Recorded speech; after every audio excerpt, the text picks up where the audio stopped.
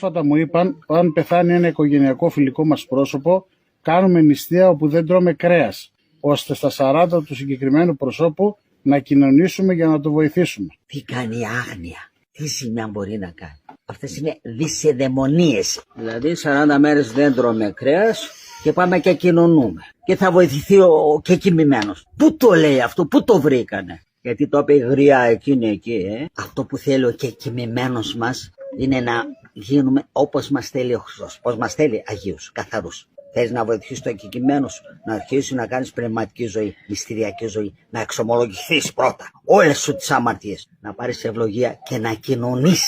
Να νηστεύεις όπως νηστεύει η Εκκλησία μας, τις νηστείες που λέει, και άσε τις εξυπνάδες σου, δεν θα φάω 40 μέρες κρέας. Και τι θα γίνει άμα δεν φας κρέας. Θα πας όμως στο κεκοιμμένο σου, διότι αυτός θέλει βοήθεια από σένα και εσύ τον πας πιο κάτω.